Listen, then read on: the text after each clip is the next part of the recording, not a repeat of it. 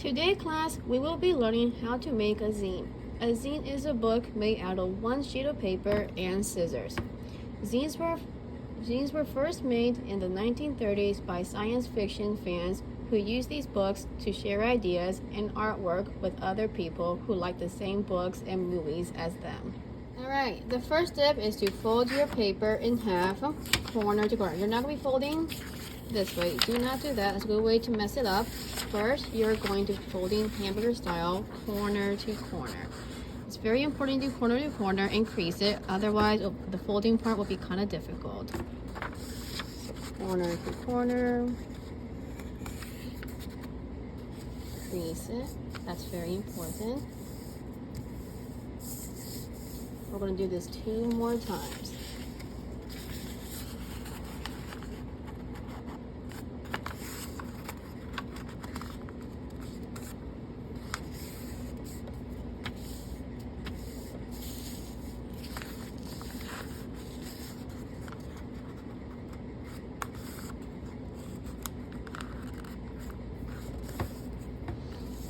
You do that 3 times total till you have a small little book shaped folded paper, just like so. When you open it up, it should have 8 rectangles. Alright.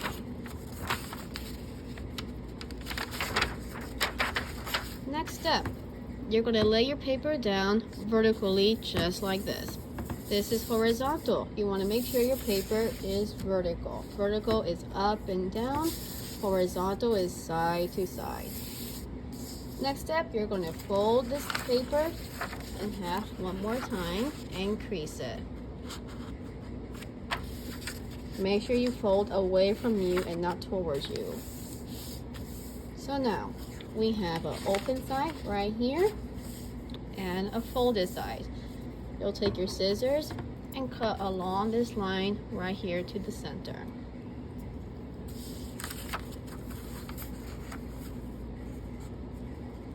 I'm going to go ahead and crease it 1 more time just to be safe.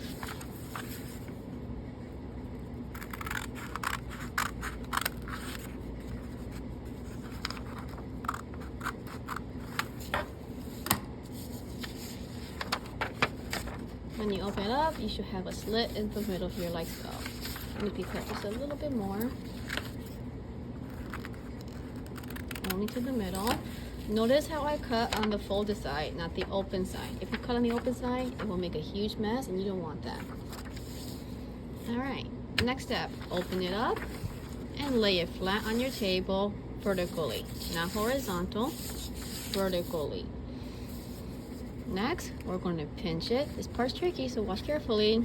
We're going to pinch this together, pull them apart, and pause. Crease the 2 little parts together.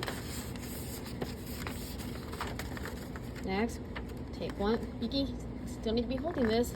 Take your finger and crease this part here. Now you should have 3 little flaps. Connect them together. We'll put these 2 together. I'm trying to do this slowly. Fold it flat, crease it.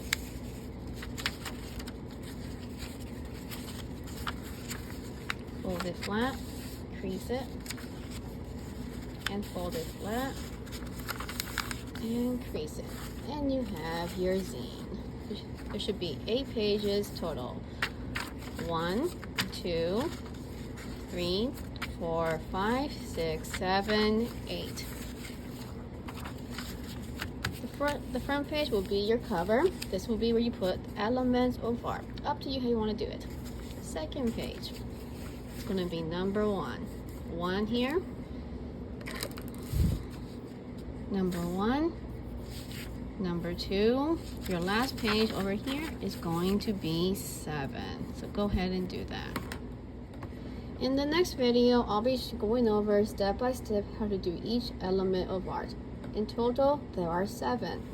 On your cover, you're going to be writing in block letters or however you want, elements of art. It's up to you how you want to decorate them. This is your cover page. First page here is going to be line. Line is a dot that went for a walk. have a dotted line, wavy, zigzag, vertical, horizontal, diagonal, and parallel. It is up to you what lines to draw. Draw me 4 lines that will help you remember the word line. Next, on page 2, we have color. It is up to you how you want to decorate this page. Draw me something that will help you remember color. If you want to do the primary and secondary colors, you can do that. We have red and blue, which equals purple. Blue plus yellow is green.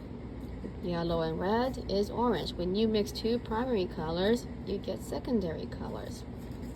All right, page 3. Page 3, you have shape. There are 2 types of shapes we'll be learning about: organic and geometric. Organic shapes are shapes that you see in nature, such as a bunny, a flower, leaf. Up to you. You can do clouds, some kind of shape that you see in nature.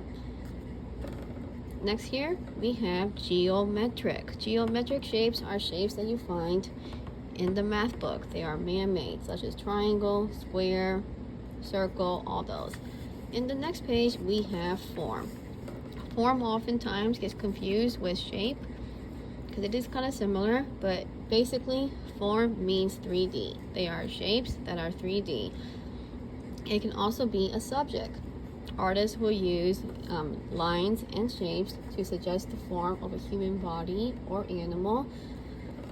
So just remember 3D. If you want to put a 3D next to it to remember, you can do that also. In this page, I want you to draw something that will help you remember the word form. It can be a cube, it can be a cone. This would have been just a triangle. By adding a circle here with shadow on the bottom, that makes it a cone.